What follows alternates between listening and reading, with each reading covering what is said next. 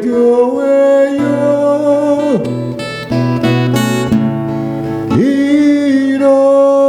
일어나라. 임하소서 임하소서. 바람 같은 성령이여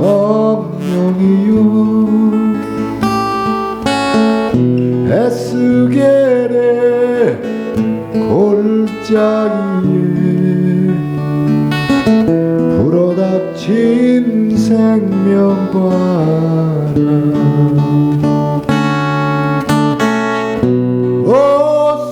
오순절날 다락방에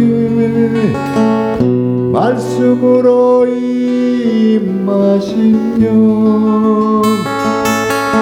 나의 영을 사로잡아 새롭게 하옵소서. 임하소서 임하소서. 불과 같은 성령이여 불의 혀로 임하셔서 진리 알게 하시옵고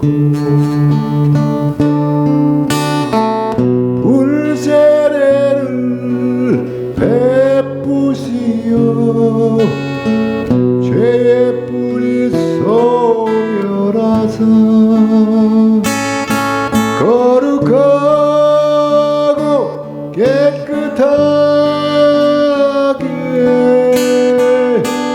변화시켜 주옵소서. 임하소서 임하소서. 기름 같은 성령이여 은혜로서 치료하고 사랑으로 싸매시며 나의 영광 나의 삶이 강건하게 보존받아 어두운 세상 밝히다가 들림받게 하옵소서. 주 말씀은 우리를 구원해 이르는 지혜인 목숨과 내 뜻 다해 그 말씀에 복종하라. 하나님 말씀에 두려워 떠는 자 그 말씀에 생명을 거는 자 한 사람 찾으시는 주님의 약속을 믿어 하나님 말씀에 운명을 거는 자 순종하며 주 따라가는 자 영원한 하나님 나라 이루어간 주의 교회여 일어나라.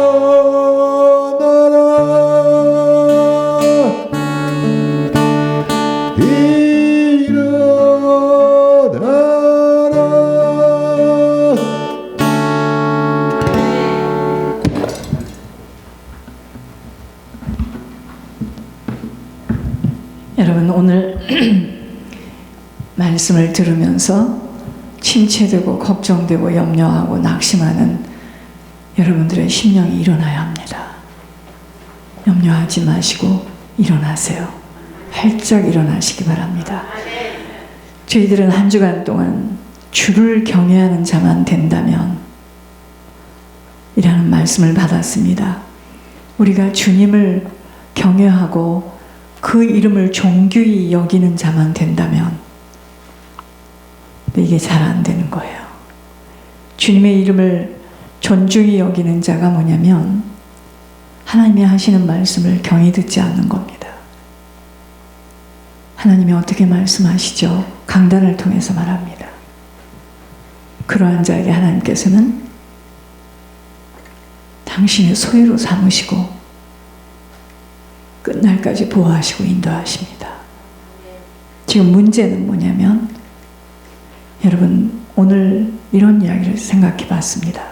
요셉이가 제가 늘 생각하는 거지만 요셉이가 아버지에게서 자색 옷을 입고 특별한 대우를 받으면서 얼마나 자만심을 가지고 자랐습니까? 특별 대우를 받으면서 꿈을 꿨는데 그런 꿈을 꾼 것을 또 가만히 두지 못하고 자랑을 하는 그것이 문제였던 거예요. 그렇지 않아도 형제들 속에 왜 저놈만 저렇게 옛날에는 부인이 하나가 아니고 여러 명이다 보니까 형제들끼리 그런 게 있는 거예요. 왜 아버지는 그게 아마 레아가 난 자녀들이었겠죠. 저놈을 저렇게 이뻐하는가. 그러는 중에 그렇게 꿈 이야기를 내놓았을 때 얼마나 얄미웠겠습니까? 여러분 사람은요 내 마음속에 있는 것이 깔려 있다가 그것이 드러나 말로도 나오고 행동으로도 나오는 거예요. 그게 갑자기 그런 말이 나오는 것이 아니에요. 갑자기 그런 행동을 할 수 있는 것이 아니에요. 형들에 의해서 이제 우물로 빠뜨렸는데 거기까지는 그랬다 쳐요. 노예로 팔려가서 얼마나 요셉이 하나님 앞에 충성되었으면 모든 가정 총무를 다 맡은 열쇠를 차고 다녔겠습니까? 이 집안에 있는 모든 것은 다 손을 대지만 한 가지는 손을 대지 말라 했을 때 손을 댄 것이 아니라 오히려 손을 대는 것을 받은 그 요셉이 얼마나 억울하고 분하겠습니까? 근데 요셉은 그걸 변명했던가요? 해명했던가요? 가서 따졌던가요? 그때 당시에는 그런 게 없었겠지만 이거 보세요. 내 옷을 가지고 만진 이 자국을 검사해 보세요. 이랬겠습니까? 묵묵히 잠잠히 그는 하나님과 함께하는 사람이었습니다. 여러분 우리들이 왜 자꾸만 우리 이 얘기를 많이 하고 입을 벌여 말하는 줄 아십니까? 하나님의 이름을 존중히 여길 수 없기 때문이에요. 그러니까 변명하고 해명하고 자기 목소리를 끊임없이 내는 거 결국은 이것이 뭐냐면 하나님을 반역하는 자예요. 여러분 하나님이 그렇다면 그런 거예요. 이 작은 머리로는 알 수가 없는 거예요.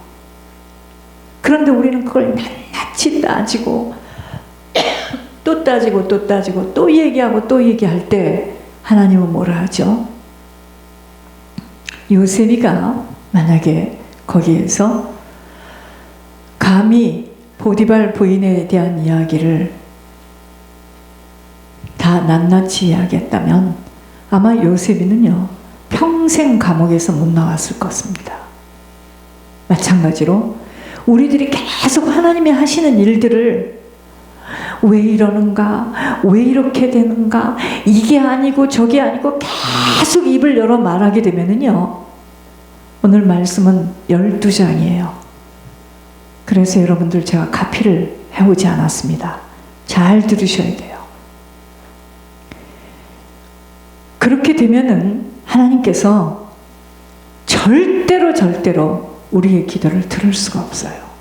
여러분, 아버지한테 막 삿대질을 하면서 따지게 되면은요, 진짜 아버지가 하시고자 하는 말을 들을 수 있는 귀가 못 열려요. 지 말만 하기 때문에. 우리는 여호와만 경외하면 되는데, 억울하고 분하고 답답한 것도 그날의 하나님 앞에는 하나님이 기념책을 두고 우리의 모든 언어, 행동을 다 기록해 놓고 그걸 가지고 하나님 앞에서 섰을 때 상급도 주고 그걸 가지고 이제 심판을 받는 거예요. 얼마나 무서운 일입니까? 이번 주는 하나님께서 히브리서 11장 35절에서 12장 4절까지의 말씀을 주셨습니다.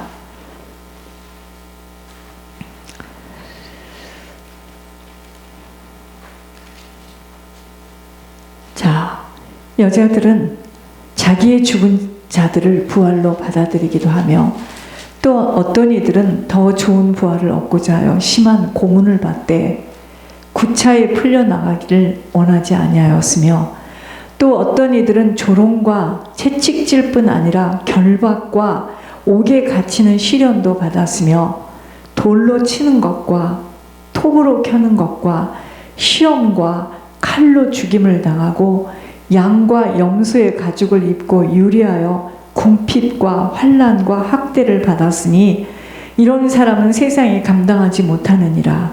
그들이 광야와 산과 동굴과 토굴에 유리하였느니라. 이 사람들은 다 믿음으로 말미암아 증거를 받았으나 약속된 것을 받지 못하였으니 이는 하나님이 우리를 위하여 더 좋은 것을 예비하셨은즉 우리가 아니면 그들로 온전함을 이루지 못하게 하려 하심이라. 이러므로 우리에게 구름같이 둘러싼 허다한 증인들이 있으니 모든 무거운 것과 얽매이기 쉬운 죄를 벗어버리고 인내로서 우리 앞에 당한 경주를 하며 믿음의 주여 또 온전케 하시는 이인 예수를 바라보자.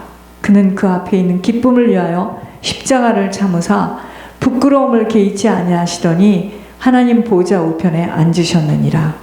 너희가 피곤하여 낙심하지 않기 위하여 죄인들이 이같이 자기에게 거역한 일을 참으신 일을 생각하라. 너희가 죄와 싸우되 아직 피 흘리기까지는 대항하지 아니하고.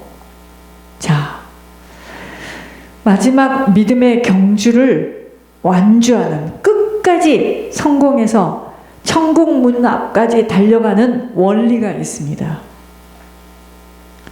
여러분, 이 달리기를 할 때 끝까지 목표물을 향하여서 죽을 힘을 다해서 달려가서 골인을 해야지만 그가 승자예요.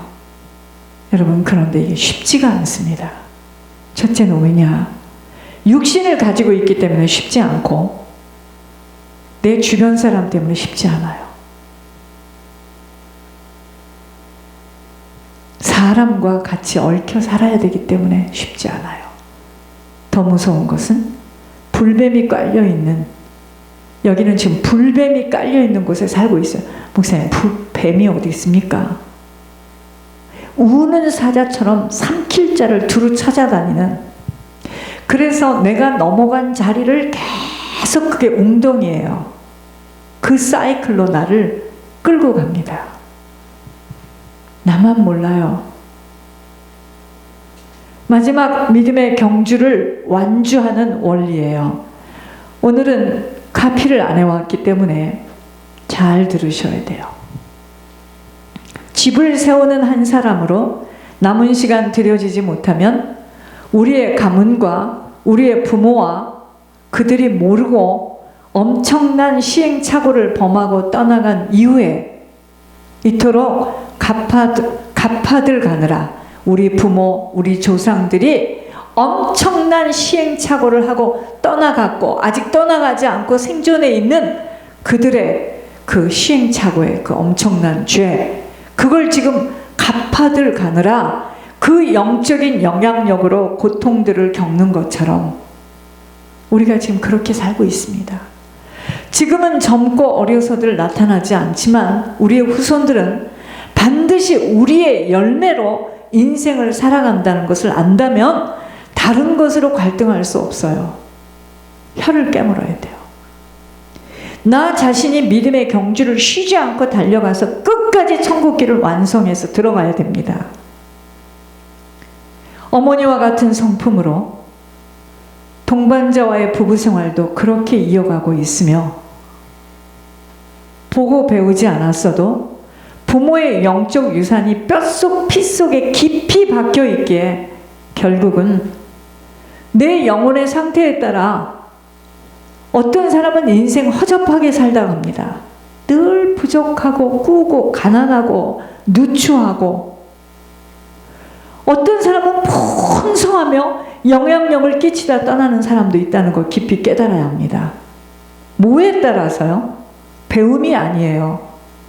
내 영혼의 상태에 따라서 허접하게 살기도 하고, 풍성해서 주고 또 섬기고 또 살리는 자로 살다가 갑니다.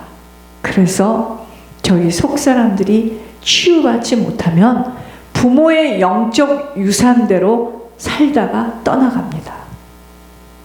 하나님을 믿는다는 것은 결국 영혼 구원으로 이어지기에 내 영혼이 갱신되어지고 변화되어지는 것들에 들여지지 못하는 인생은 아무런 가치가 없는 허공을 치는 시간입니다. 육신의 경주도 마라톤도 보세요. 마지막 목표까지 누가 지치지 않고 온전하게 완주하는가에 따라서 메달이 주어지는 것처럼 신앙도 마찬가지예요. 과거에 불을 나리는 역사를 했어도 그건 과거예요. 오늘이에요, 오늘. 신앙은 어제도 아니고 내일도 아니고 오늘입니다. 오늘 내 영적 상태가 그 사람의 신앙이에요. 성품들이 독선적이고 이기적이고 자기만을 생각하는 자들은 가정생활도 자기 위주로 하게 됩니다. 여러분들의 딸들이요, 결혼생활 하는 거 보면 꼭 내가 내 남편하고 하는 결혼생활입니다. 지같이 가정을 다 좌지우지하고요.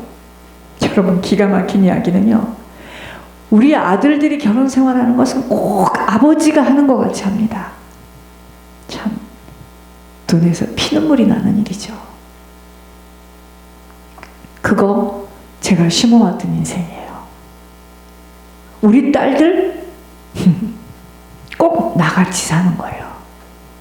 지네 남편을 팍 쥐고 명령하고 좌지우지하고, 그게 여러분이라는 것을 알고 정말 이 메시지 듣고 변화되어야 됩니다. 맞는 말, 옳은 말 가지고 남편을 휘어잡고, 여러분 그거 아니네요.